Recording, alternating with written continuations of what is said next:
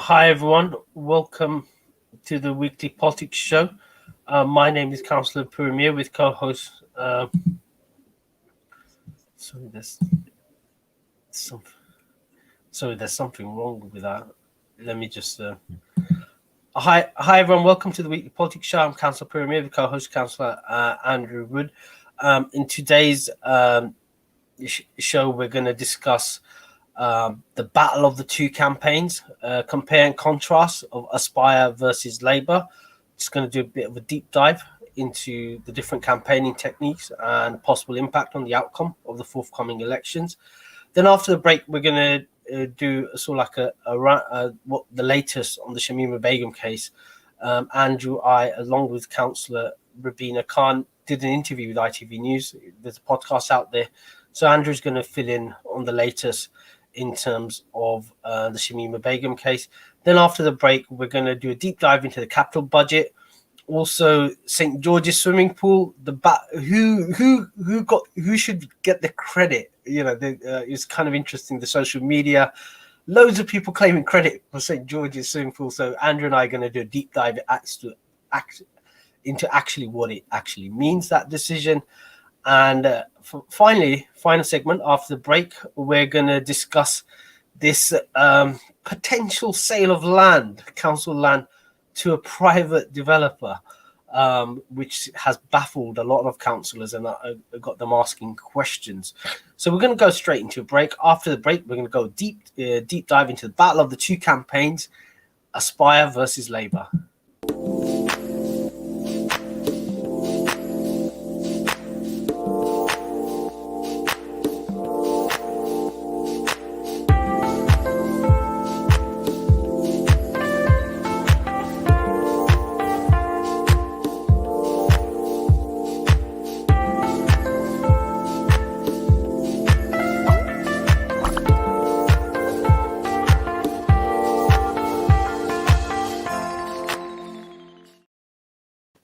Hi everyone, welcome back to the Weekly Politics Show. I'm Councillor Premier with co-host Councillor Andrew Wood. In this section, we're going to do a compare and contrast of the election campaigns or battle between Aspire versus Labour. So just to give viewers and listeners a background, we've got the previous Mayor Lutfur Rahman, standing again. He hasn't declared officially he's going to stand, but he's put up candidates all over the borough. With the leaflets are out there, and obviously Labour have done their selection, so to speak, of all their candidates. So their candidates are out knocking on the doors.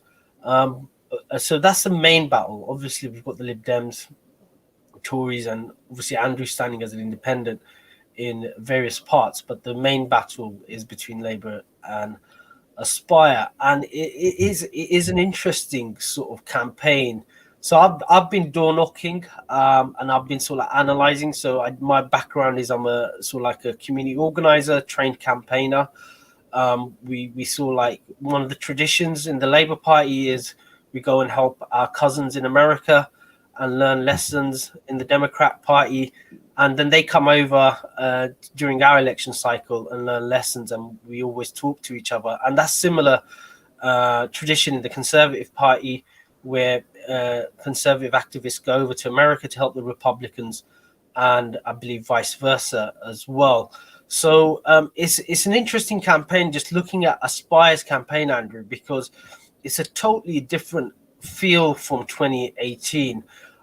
In 2018, they had a short, sharp campaign that didn't go off well because Labour were knocking on the doors well beforehand, and it was too little, too late, so to speak, and hence, and the macro or the sort of like the national stream in politics was against them as well, in terms of the Corbyn surge and the demographics that the Corbyn-led Labour Party attracted. This is different now in the sense that Aspire have been knocking on the doors before Labour, and what they seem to have taken is lessons from the Biden campaign and the Bernie Sanders campaign, where they've got, it seems like, organisers going out on doorsteps, collecting people's telephone numbers, very targeted campaign. They're targeting certain demographics, but what they're doing is, in terms of what they believe to be a contact, is whether someone is comfortable in handing over their telephone number. And then the other thing is they've been phone banking, so they've been regularly ringing people, establishing a relationship. So what in sort of like campaigning terms is called relational organizing, where you build a relationship with someone, and that relationship motivates that person to come out and support you. Um, and it's sort of like in organizing terms, they call it, it's sort of like an organizing model where they actually getting their hands dirty, switching people over, identifying people who are wavering, and sort of like doubling down and switching them over to Aspire. Whereas a Labour campaign is much more of a traditional campaign, where they assume that majority of the voters vote Labour, and the whole idea is just to inform them there's an election, just record what their intention is, and then on election day knock on those doors to make sure that they vote. And what I've been finding is that the Aspire campaign has been quite successful in terms of in certain demographics, people are much more reluctant to indicate where they're voting. Also, there was a general assumption that the non-Bangladeshi vote would switch over to the Labour Party. That's the assumption that's always been in Tower Hamlets. But knocking on the doors, that's not the case. There are a lot of people who are upset about the way the council's being run. The rubbish is a frequent issue that's coming up, especially in demographics who are professionals, people who just sort of like sleep in Tower Hamlets, so to speak, but work somewhere else. I think the basic thing they expect from a council is to collect the rubbish on time, and that's happening. And those are the conversations having. A lot of them are thinking about voting Lib Dem or voting Green, who would be traditionally, you would have thought, would be strong Labour supporters. So it seems like a lot of the assumptions that we thought before the election are not there, and it seems like it's going to be a much more closer battle. Andrew, you've been knocking on doors. Have you, obviously not for Labour or Aspire, but have you have similar observations? So I guess a couple of things I would sort of add. So in terms of the Aspire vote, I have seen various people, and this is on social media, sort of white working class. I mean, I'm only guessing people's backgrounds, but yeah, so basically people with, white working class, sort of white middle class professional backgrounds. Not many, but some of them saying that they will vote Aspire, and are doing it because they're so upset with John Biggs and the Labour Party. So I think that is new. I don't remember seeing kind of that before. So I think there will be some tactical voting for Aspire, simply because they're not Labour, and because I think people know in some wards that Aspire basically are the only alternative, and that's probably true in many wards in Tower Hamlets actually. What I can see of the Conservative campaign, it's mainly the traditional, lots of leaflets. So they've been doing quite a good job. If you think that's a good job, is to deliver lots of different leaflets. I know they've been doing a lot of that for the last few months. And the other advantage the Conservatives had is, they have selected candidates in their target wards before Labour did, who only finished quite recently. So that's the other problem that Labour have got, is they're starting on the back foot because of those delays. I do pick up a lot of dissatisfaction with the council from a number of different areas. But it's hard for me to sort of tell, because I'm an opposition councillor, so I'm obviously the person you come to if you have those kind of complaints, whereas, staunch Labour supporters aren't going to come and talk to me. So I think for me, it's harder to kind of tell that level of dissatisfaction and how widespread it is. But I have, told people even today, I think John Biggs is actually working quite hard to lose the election. The other interesting comment is about social media, which I spend too much of my time on. But Aspire, I don't see anything from them on social media, except for there's a couple of people who are very active. but it doesn't seem to be organized in any way. Same with the Labour Party. Again, there's a couple of individuals very active on social media, but there doesn't seem to be any kind of active social media campaign. Whereas my campaign is going to be very much social media based, because that's all, my only opportunities. I think the other thing that will be very interesting about this campaign and results will be the kind of more traditional methods versus the kind of more purely social media, which is what I will be using.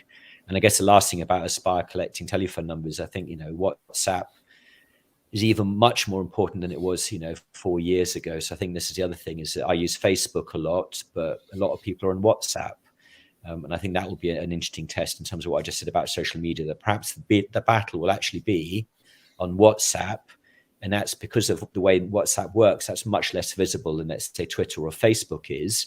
So it may well be that actually Aspire are very active, but it's almost invisible because it's happening behind the scenes on WhatsApp rather than the kind of more public Twitter or Facebook as I use them. I think one of the big assumptions, which I found is not there anymore, is 20% of our residents traditionally, or a quarter in certain areas, are from the European Union.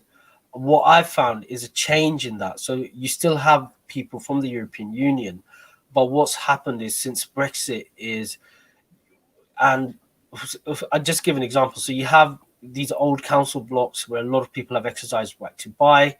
4 years ago, a lot of the names were sort of like East European on those doors. Mm-hmm. They didn't traditionally vote. They're not, or you had international students. This time around, I went to the same block. I looked at the names. A lot of them were South Asian. When I knocked on the doors, I've realized that they're EU citizens. But because of Brexit, they've moved from Spain, Portugal, and Italy to the United Kingdom. So I've been talking around with the community stakeholders in my ward just to understand what's been happening, and they've said that there's been a 20% increase, for example, in Myland, in certain areas, from EU citizens of South Asian origin moving in. So that is an assumption that no one's sort of like taken into account, which can possibly have an impact on the election result, or actually make it much closer. And then the other, so talking to someone in Wapping, he told me that a lot of residents have actually moved out. A lot of professionals are working from home, so they're not sort of like living in their flat, say in the west part of the borough. And he said, look, you can walk at night time and you see whole blocks with the lights switched off, so to speak. So that's going to have another impact, especially in places, say, like on the city fringe, places like Wapping, for example, Whitechapel, and Spitalfields as well. So there's a whole load of things, impact of COVID, because of COVID, and also Brexit, that are unforeseen impacts in terms of the election here in the forthcoming elections. But one of the things, I spoke to a friend who's an organizer. He said, look, Prue, expect a low turnout because of COVID. And so traditionally the turnouts in Tower Hamlets is about 40% in these elections. I think in some places, for example, St Dunstan Ward, they're near 50%. But Myland is near the average of 40%. And he goes, look, expect it to go lower because of COVID. Sorry, Canary Wharf? And Canary Wharf has always had the lowest turnout. So we had 35% in 2018. And I think our overall numbers will be up, but I expect the percentage also to be low as well. And I think that we'll see in other places. I did some analysis on London City Island, which is this new development, kind of almost in the extreme east of the borough, 1,700 apartments. And in May, for the Mayor of London elections, turnout in 4 of the kind of the typical blocks in that development was about 16%, compared to, I think, London as a whole was 43%. So we are seeing that in these sort of new blocks that turnout is much lower than the London average, and I think that will unfortunately continue. So it's just all these variables up in the air. It'd be interesting to see how things play out. I think we'll have a much more clearer picture 2 weeks out. That's my from experience. 2 weeks out from election, you have a much more clearer picture as to way things are. But I'm certainly worried in Myland, and where we all three councillors got majorities over 1,000. But I'm worried personally, just knocking on those doors and knowing where the voters are, and just reading between the lines. And that's with the majority of 1,000. But a lot of my Labour colleagues have majorities less than that, so to speak. Some were even in double figures.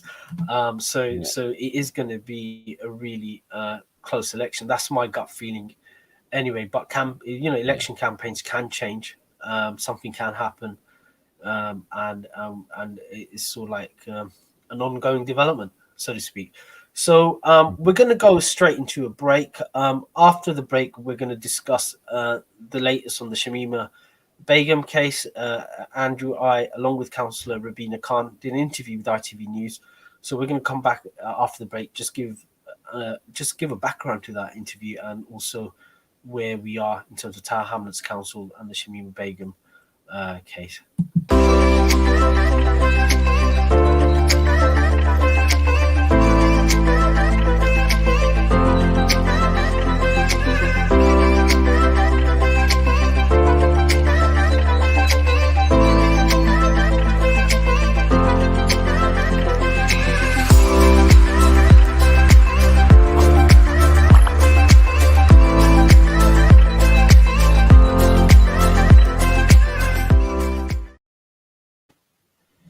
Hi everyone, welcome back to the Weekly Politics Show. I'm Councillor Premier with co-host Councillor Andrew Wood. So in this section, we're going to talk about the Shamima Begum case. So I think last weekend, a podcast was released by the ITV News Global Security correspondent.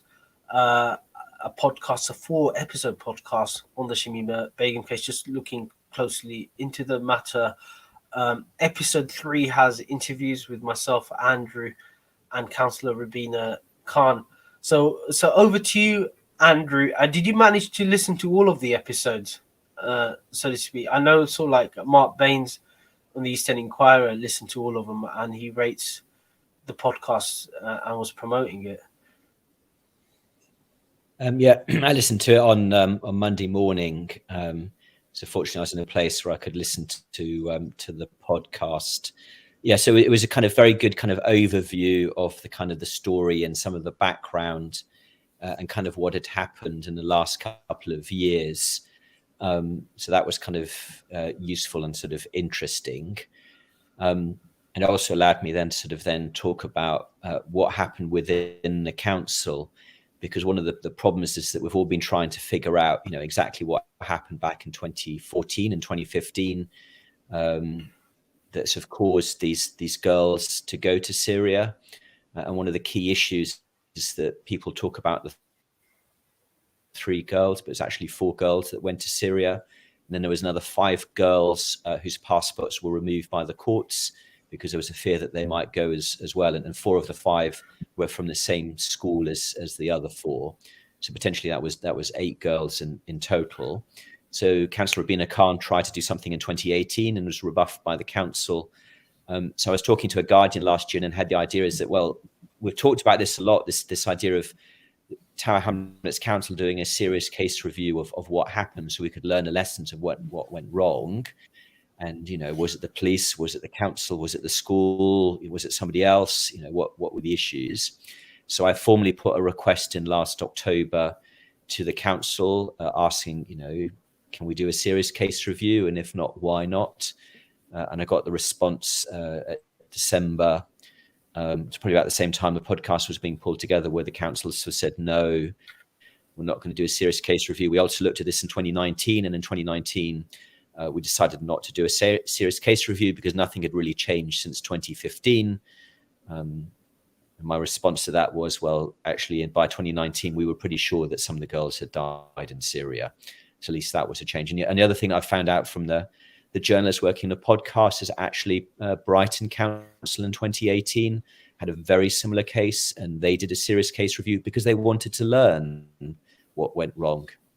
Tower Hamlets Council, like Brighton, didn't absolutely have to do this, but what was clear is that Tower Hamlets Council had no interest in learning. And I think my last sort of comment about this, it was really interesting. So we also discussed this briefly in the Children's and Education Scrutiny Subcommittee.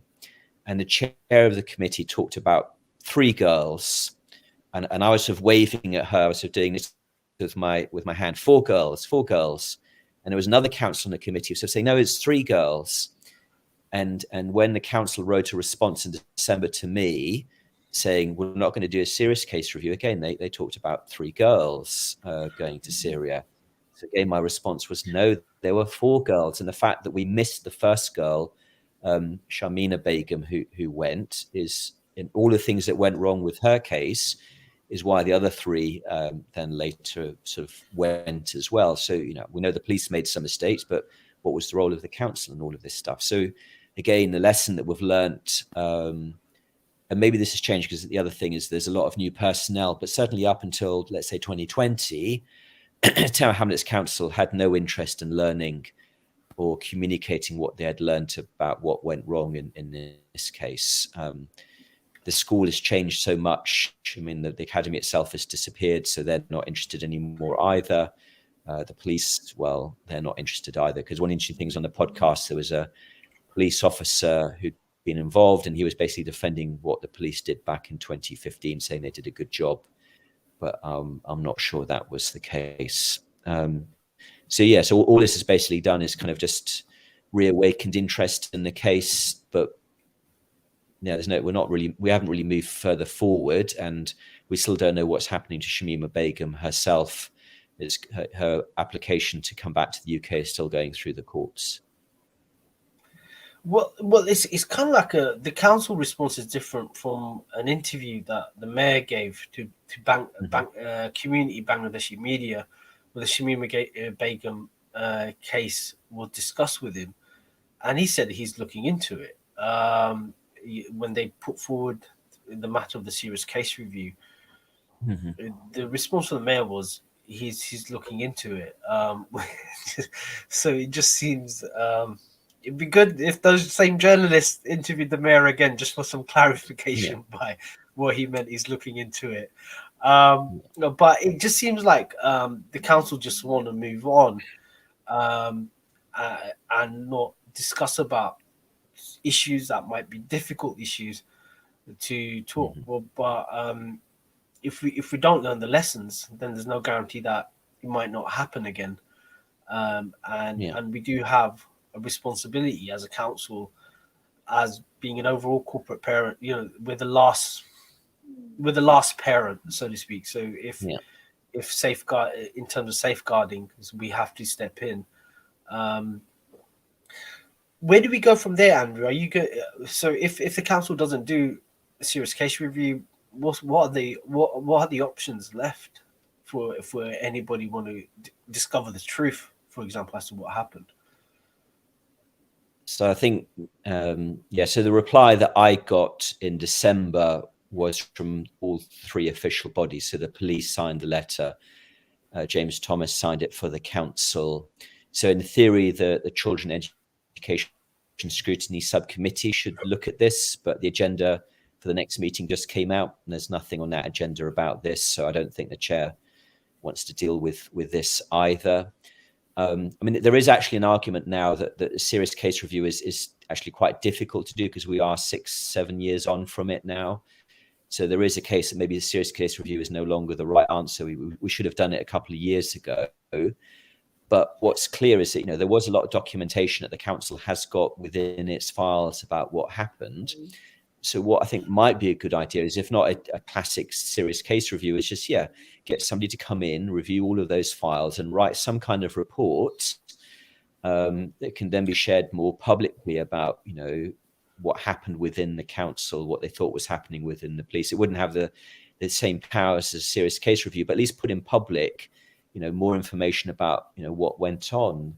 Because I'm still completely again, the podcast revealed new information, but I'm getting that from journalists. We're not getting any of this information from within Tower Hamlets Council about what happened. And I think they do need to document in more detail what kind of happened, so that we're not dependent on journalists or books to get that information. So if I was the mayor, then at least I would do that. I would commission some kind of written report based on the council documents from the period as to what happened and what the council did or didn't do at that point in time.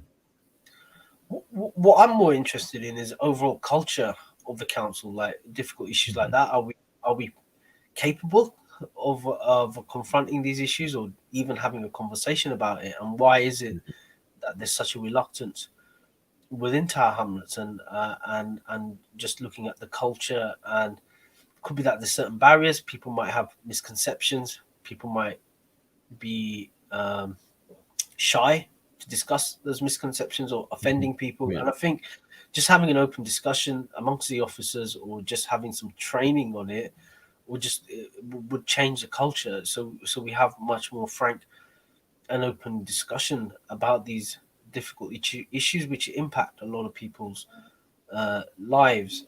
It just seems like everybody's just interested in just putting it under the carpet without having a discussion within the organization and then taking that discussion further out to stakeholders, etc., and saying, look, these are issues we've come across. We'd like your input, or what are your views, so to speak. Yeah. No, because there's something else that came up, a very kind of similar subject.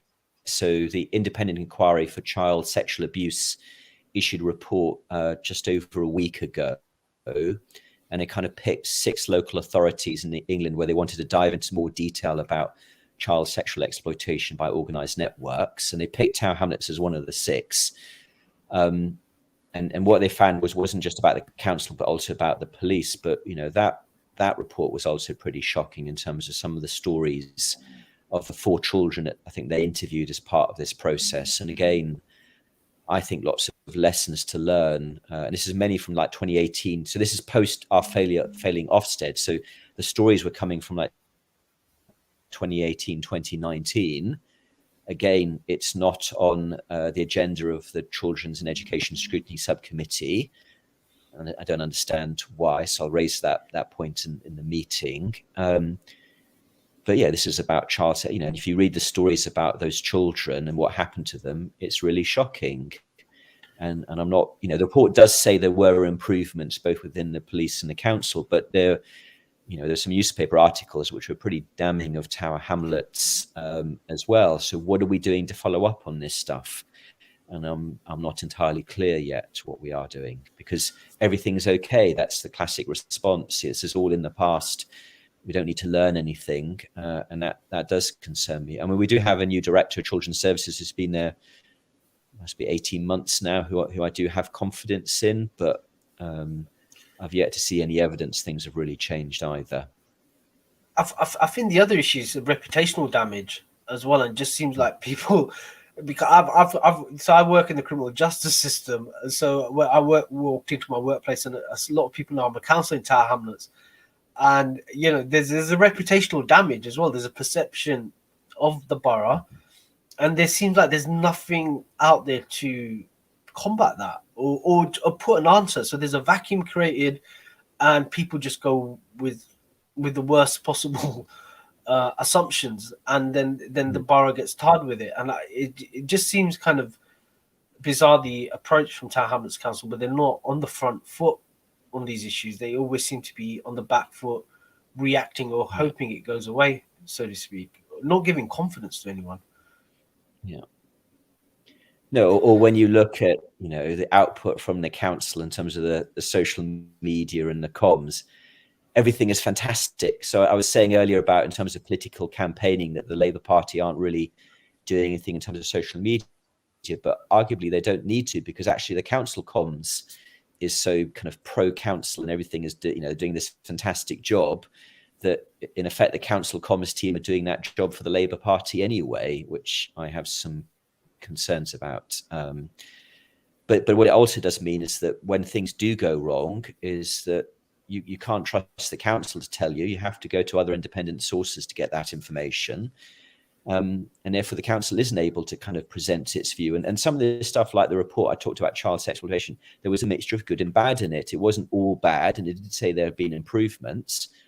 But the reporting that came out was very critical of the council because we weren't in control of the agenda, because I still haven't seen any comment from the council about that report more than a week. Yeah, that's true. I don't think I've seen any report on it from the council. It's like it never happened. Exactly, and what that does, that creates a vacuum and misconceptions, and then all sorts of things fill that vacuum, and that's why I'm a bit concerned about this, at the council's silence. The last thing you want is far right groups jumping on it as they have, and creating all sorts of issues. That's my concern. And there has been a case of someone being attacked and killed in Rotherham, which I've written about as well, because it just wasn't handled. It's just like, let's just put it under the carpet. Let's not talk about it. Everything's wonderful. There are no tensions. And all of a sudden, someone gets killed, and then people start wondering why it's happened, where it could have been prevented. I'm not saying that's going to happen in Tower Hamlets. What I'm saying is there is a vacuum that's been created, and given the response I've had at work, it's quite a very negative vacuum of perception of the borough. So we're going to go straight into a break. After the break, we're going to do a deep dive into the budget, especially the capital budget and St. George's swimming pool, the saga around it. Who should take the credit, and what are they taking the credit for? So we're going to go straight into a break. After the break, we're going to discuss capital budget and St. George's swimming pool.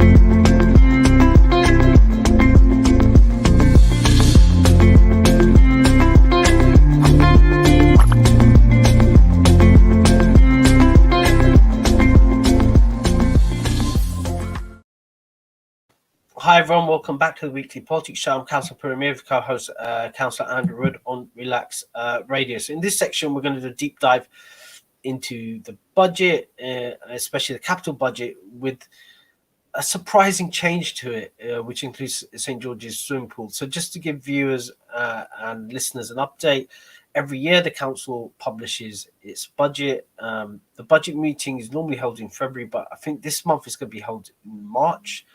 I believe, just looking at the calendar, I was looking for when the budget meeting was, and lo and behold, it was in February. It's in March, and that's in time for the financial year, which starts in April, where the bills go out, etc.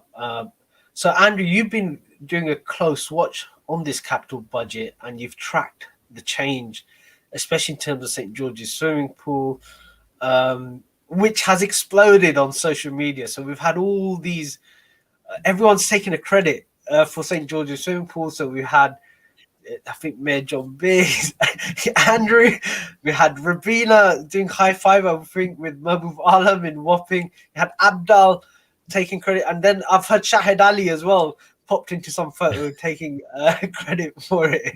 And then Apsana, I saw a post by Apsana Begum, the local MP, taking credit for it. So, Andrew, over to you. So you're the one who spotted this issue with St. George's swimming pool, and we've discussed it earlier. And now there's a victory, or is it a victory? What's actually been decided?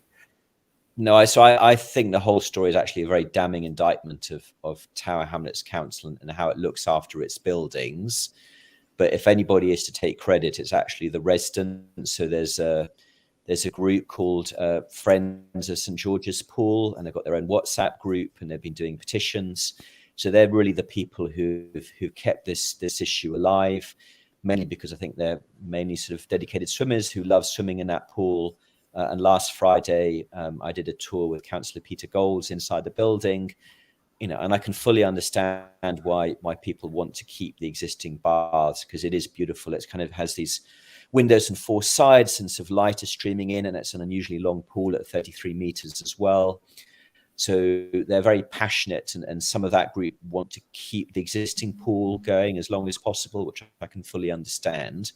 But what the mayor decided on Wednesday is suddenly he's found, £25 million, which wasn't in last year's capex budget, which shows you just how much money they do have. Just to suddenly £25 million is not a problem to find, to basically build a brand new leisure centre. So there would be a shorter 25-metre swimming pool. Then there would be a kind of gym above that. There'd be a cafe at the front. There'd be, in theory, some residential on the site. And then it would be some some more exercise space on the third floor. So rather than St George's being like almost pure swimming pool with little space added on the side, because what they did at St George's was they converted the cafe into gym space, but it's not really well laid out for a gym space. So what they're proposing to build is something that's brand new, that's got a wider range of facilities than the old swimming pool. But what it does mean is a smaller, I would, perhaps slightly less attractive swimming pool than what they've got today. But the mystery, the problem is that the councillors are saying is that they'll have to demolish St George's and build a new building, because they've only just decided to do this. They haven't got the planning permission yet. They haven't got any designs. So they're going to have to spend probably 1 to 2 years getting planning permission and designs, and the architects all laid out, and then construction will take another 2 years. And the pool has already been closed for almost 2 years. So the reality is that even if they meet their own schedules, there'll be a 6-year gap in swimming provision in that part of Tower Hamlets, where we will have gone from, before COVID, there were 5 swimming pools in Tower Hamlets. Currently, there are now only 3, including Tiller Road, which only reopened a few weeks ago. York Hall is meant to reopen in April of this year. So we'll basically go from 5 down to 4 for a 6-year period, because people, the council weren't looking after the building and didn't have a long-term plan to replace it until very recently. And this is not a surprise, because actually back in 2011 there was a cabinet meeting, and in that cabinet meeting in 2011 it was agreed that St George's had a minimum of 5 years left. So what happened after 2011 to come up with some kind of long-term plan for St George's? Nothing seems to have happened in the Lutfer era, and nothing definitely happened in the John Biggs era. So the tragedy is that, yes, we'll have less swimming provision for 6 years. Whether that building could have been saved if we put more money in 2 years ago, I don't know. And the other mystery, which is the other unknown factor, is the councillors have said, so St Tiller Road, they did lots of work and will reopen it, an existing building. York Hall the same. Tiller Road, they spent £500,000 basically redoing all the tiling and repaint. So inside it actually looks quite nice now after spending that £500,000. But for St George's, they said, no, it actually will cost £10 million just to reopen it. And that's just too much money. But they've never explained how they can reopen Tiller for £500,000, but St George's needs £10 million, because the argument I've been trying to make is, how much would it cost just to kind of keep it open for the 2 years of design and architectural work? And then, then you have to demolish it. But at least then you're only losing the swimming pool for 4 years rather than 6 years. And nobody seems to have an answer to that question. And I think the answer is in part because council officers, their original intention was to actually close the pool and redevelop the land for housing, and basically just have 4 swimming pools in the borough. And I think it's the campaign, I think it's residents who then got the politicians involved that have to take credit for John Biggs' committee now to rebuilding a 5th swimming pool in the area in Tower Hamlets. So campaigns do work. So I was talking to a resident in Wapping, and he was sort of like saying this is another dastardly plan to call to close the John Orwell Centre. So he's saying, look, if they pump money into St George's, and it's an all singing, all dancing leisure centre, then John Mhm. Orwell is it's not that well used. It's not. It's kind of oddly located as well. Um, it just doesn't have the footprint. So whenever I go, the gym is mainly empty. That's my observation. Someone could say, "No, Peru, Yeah. you're wrong." But whenever I sort Yeah. of like pop in there to watch a hockey match, Mhm. um, it's empty, and so someone thinks that this is a dastardly plan to change the demographics in Wapping, So have the leisure centre in St George's, and you could have a spanking council estate on the John Orwell, and Mhm. Wapping forever will be Labour, so Yeah. to speak. Yeah. So that's his kind of thinking behind it. Would is So has that got legs? That sort of like theory, Andrew? yes, but I think it's also another tragedy because I also went to John Orwell Centre last Friday just to have a look around, and the manager did me a little escort around the area, and there's such fantastic potential for that site to really make it a super sports centre. So not another swimming pool, but there is an opportunity because it is such a big site to really improve both the gym, put more sports facilities in there because there is a lot of kind of dead space there. There's also two car parks, and we probably only need one of the two car parks. And the other opportunity is again to put housing in there because there is that bit of land on the west side which hasn't been used for decades. It's council owned land. So why we didn't build new housing there, I still don't understand. So again, there's an opportunity for a new mayor to come in and it wouldn't cost a huge amount of money, I don't think. And there are lots of design schemes. You could also put a swimming pool in there as well. There's lots of design work that's happened. But again, an opportunity for the next mayor to make real improvements. But my sort of guts have says because of the transport connections are not great, it's probably better off as a specialist sports facility where people are willing to travel a bit longer to get tennis or squash or whatever it is, and leave St George's as a swimming focused provision. And I would also have at St George's a bigger swimming pool than what the mayor is currently proposing. Because they all seem, to say, oh, it has to be 25 meters because Sports England says it has to be 25 meters. But why? And I asked Sports England themselves directly by email. And they don't really have a good answer. So yeah, you could easily put back in a 30 or 33-meter swimming pool at St George's. And who cares what the standard is? If that's what people were using before, why not keep it? Well, it seems like it's going to rumble on. It might be an issue in the next election cycle, Andrew. You've laid out a 6-year plan for it to open. I have a nagging feeling that there might be some fightbacks from the officers where they're Yeah. just dragging it along. And if there isn't a contentious election round the corner, behold, the old plans are going to resurrect, saying Yeah. this. So that's I'm very suspicious of this 6-year. Why can't it be done in 4 years, so to speak? Well, I mean, and the other issue is that we were promised a long, long time ago a second bridge across South Quay, and I sort of found some architectural diagrams from like 2008 of what the bridge was going to look like back in 2008, and come 2022 we don't even have an approved planning application.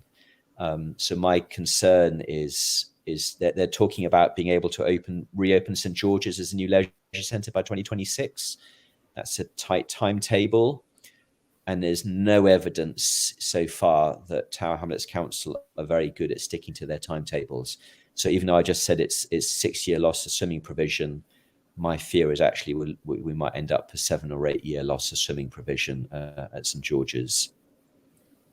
There's always this assumption in Tower Hamlets, which I've come across, is when there's a community campaign, the powers that be or the decision maker just buy time and Yeah, hope people get tired yeah, or move on, and then they quietly the same decision comes back again. So it'd be interesting to see whether that happens in St George's. I think the Friends of St George's need to be vigilant, so to speak, yeah, and hold the decision makers to account and keep on having meetings and updates to get yeah. it on track, so to speak. So we're going to go. But Andrew, any final words on the budget? Sort of anything else that's caught your eyes in terms of capital budget?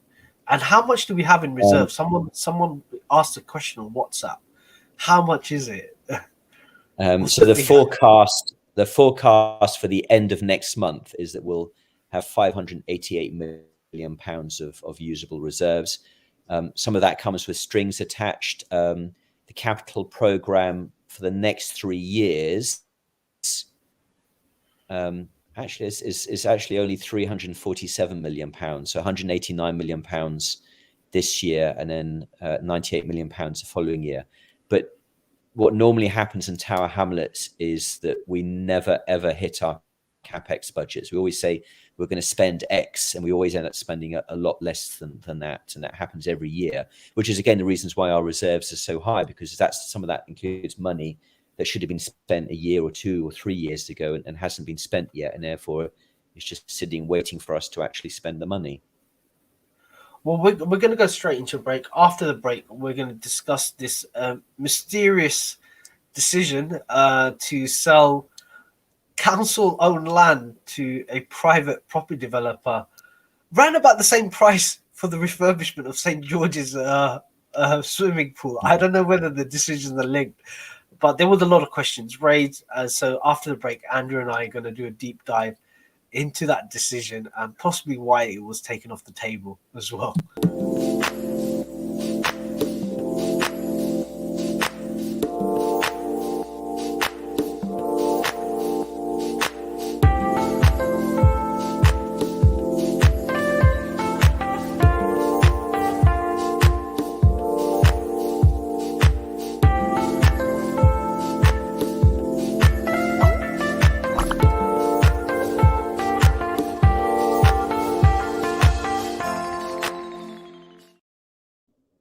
Hi everyone, welcome back to the Weekly Politics Show. I'm Councillor Premier with co-host Councillor Andrew Wood on Relax Radio. So in this section, we're going to talk about this decision, which Andrew and Councillor Mark Francis, I believe, flagged up, which was the sale of the old car pound. It used to be where the Refuge Environmental Services were based as well. It was the old Renault showroom, from my memory. Yeah. It's all like opposite Troxy. You saw like veer towards the east, so like diagonally, and it's there on the corner. It's corner of Belgrave Road, from my memory. So like Commercial Road, Belgrave Road, I think. So, but it's the old Renault showroom, which was then turned into Environmental Services, and now is the car pound. And Andrew, you've come across this decision to sell it to private developers for around £22 million for housing, which is kind of baffling, because we're struggling. The council is struggling to meet its target of building 2,000 houses, and we're selling a site that could contribute towards that target. So, Andrew, you're one of the councillors who actually raised questions about it. Yeah. Not just me, as you said, Councillor Mark Francis raised this in the Overview and Scrutiny Committee meeting on Monday as well, because he found the decision kind of baffling, because the original plan actually about just over 10 years ago was to acquire the site for temporary use as a car pound. It was never meant to be a permanent car pound. The original plan actually was to redevelop it for housing 5 years later. So around 2016 was the original plan. And for whatever reason, come 2016, the council didn't redevelop it for housing. But a year ago, they sort of said that the value of the land, if they were to sell it, was about £22 million.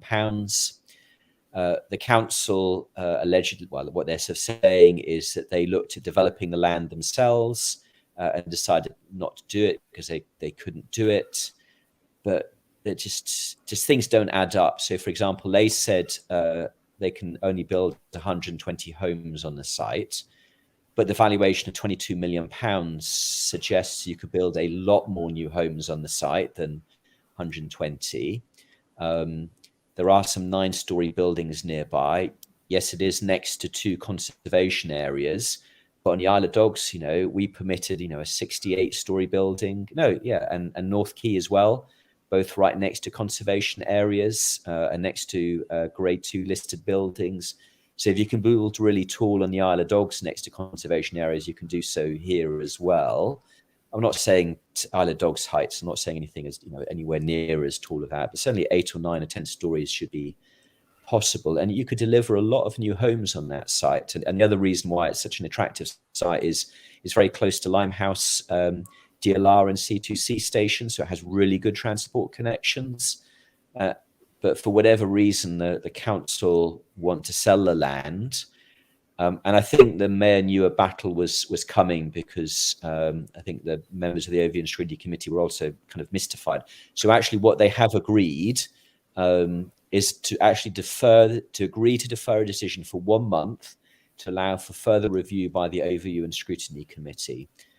So I guess it will come back to a future committee, and then it will probably time out because of the election. So again, this will be another decision that will be left up to the next mayor of Tower Hamlets to decide what to do with it.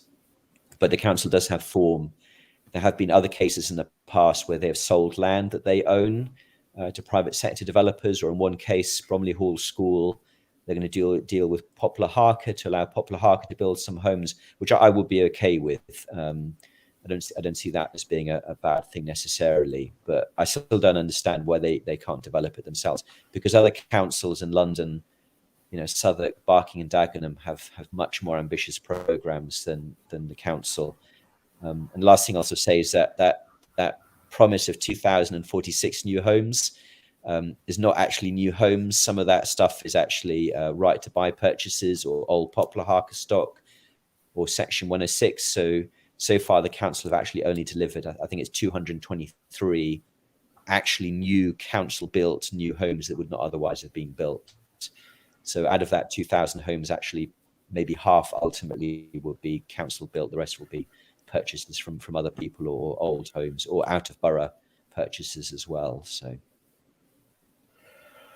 Well, it seemed like a different strategy. From my memory, so it's going back in the days of the Professor Michael Keefe era, that you had a gentleman who was the head of properties at Tower Hamlets, Graham Peacock, and I was acting on behalf of a charity in terms of acquiring a site from the council, which is not suitable for residential. And just talking to him, and he proudly told me that the Tower Hamlets Council has adopted the Duke of Westminster policy of not selling land, so to speak. And he was explaining, look, once you sell it, you can never get it back for the same price. We've sold so much, now we're sort of like wringing our hands. They're looking. He proudly told me we're looking at long-term leases, etc. We want to retain all our assets, giving us the flexibility, and that's, you just left it at that, which seems like a very sensible policy, given the rising land prices in London, so to speak. And then you see a shift away from that under sort of like the previous mayor, Mayor Lutful Rahman, where he infamously sold a whole bunch of sites that were done on some kind of commercial tender, quite controversial as well. I remember sort of like everybody scrambling for those sites, so to speak, all sorts of businessmen, etc. And then you had a decision by Mayor John Biggs saying they don't need to sell any more land because they got really good price from the ones that were sold by the previous mayor. So they're going to take everything off the market. And you saw that with the site at Jubilee Street, where the council developed it into housing. I was riding past my bike the other day and I saw it built quite a lot of units there, and you thought, okay, we've kind of like had a reversal of that, where, and you hear, there's conflicts happening with the council's proposed housing program, where they're sort of like taking community centres. So you had an issue with the Canal Club up in sort of like near the Regent's Canal. There were issues with the Stifford Centre as well in Stepney Green, and there's issues on my ward in Loxley Estate, where the council want to take some public amenity land and build housing, and the residents are up against it. So they're struggling for land to build houses, and then you come across this where they're actually selling it, where they can actually build a lot of those units that they need. Is it a question of capacity, Andrew? Is this something that they're not telling us about? Is it because the mayor feels that the current team that he's got at the council don't have the capacity to build those houses, so to speak? Because Southern Grove, they got the planning permission, which is on Mile End near the tube station, and they haven't started building yet. So there is something I don't fully understand, and one of my concerns about the current building program. So yes, they're committed to build all of these homes, up to 1,000 new homes, but it's kind of lots of little sites. So it's kind of like 20 here and 30 there. And what I find very interesting is a comparison to Blackwall Reach, where the council actually compulsory purchased land to develop a bigger site. And at Blackwall Reach, with Swan as a development partner, they're going to build 1,700 new homes in total. But that's something that started, in the last administration, and probably before 2010 as well, before we even had a mayor, some of those early. So how did we go at Blackwall Reach, where we were using our powers to buy land to make bigger sites in order to maximize the delivery of affordable housing, to make beautiful places and all of the rest of it, to where we're selling land. And I don't, and maybe it is capacity, or maybe it's a loss of confidence in their ability to actually build this stuff. Because the old Veolia depot, that should have been demolished by now if they really wanted to build lots of new homes quickly. Or is it a lack of ambition, or is there something about the site that we don't know, that it's so contaminated? Because it did used to be a fuel station, but then that would affect the purchase price, and any new developer that comes along would be faced with the same issues. So there's something I don't fully understand. It may be, the other thing I was thinking about was the new town hall. We're still waiting to find out what the final cost of that was. Perhaps the final cost of the new town hall has gone up. And actually they need this money to pay for that, because that was the original plan, was to sell land and assets to pay for the new town hall. And then they changed that. No, we're going to borrow the money because we can get it from government quite cheaply. But we, as I said, we still don't know what the final cost of the new town hall is going to be. So is there a surprise coming on that? We just don't know. Yeah, it's kind of interesting because the housing is now under Councillor Danny Hassel, who is quite a competent administrator, and Danny sort of like picks up issues. So when he was in charge of children's services, I think it was Danny who picked up the sort of like the overspend, so to speak. I could be wrong, but so Dan, just from my experience, Danny's a very competent administrator. When he spots something, he puts a stop to it. It could be that something his Councillor Hassel has spotted in the house building program that he's put to a stop, and he's just doing a deep dive into it. Yes, I wouldn't disagree with anything that you just said, because Danny is extremely competent. So maybe it just could be that they're behind on a lot of their sites, and they don't have the capacity to do this one as well. And in the meantime, and the problem is that the other issue I've been raising is the cost of security. So once you leave a site and you leave it empty, you still have to pay a lot of money for security. So Bromley Hall School was costing us £120,000 a year in security. So there is a cost of not doing something with land. So yes, if the argument is the council does not have the capacity to develop that site itself for the foreseeable future, then yes, there is an argument for selling it to give it to somebody who can develop it. But then the risk is that we have lots of empty sites in the Isle of Dogs when nothing has happened because private sector developers couldn't develop either for whatever reason. So that's not a definite. But yes, once, as you said earlier, once you sell it, it's gone forever. And unless you do it on a long lease basis, Canal and River Trust, for example, did a 200-year lease deal on Wood Wharf with Canary Wharf Group. So in 200 years, they will get that land back. So perhaps the council should be looking at something similar to, granting leases long enough to make it worthwhile for a developer to build it, but getting the land back in 200 years time, by which time obviously none of us will still be around. Well, it'd be interesting to see whether this comes up in the election. It'd be interesting to see what the respective male candidates, what their house building program is, and how they're going to fund it. and how they're going to implement it. But look forward to that. So we're coming to the end of our show. Andrew, anything to look out for next week? Anything that viewers and listeners should look out for?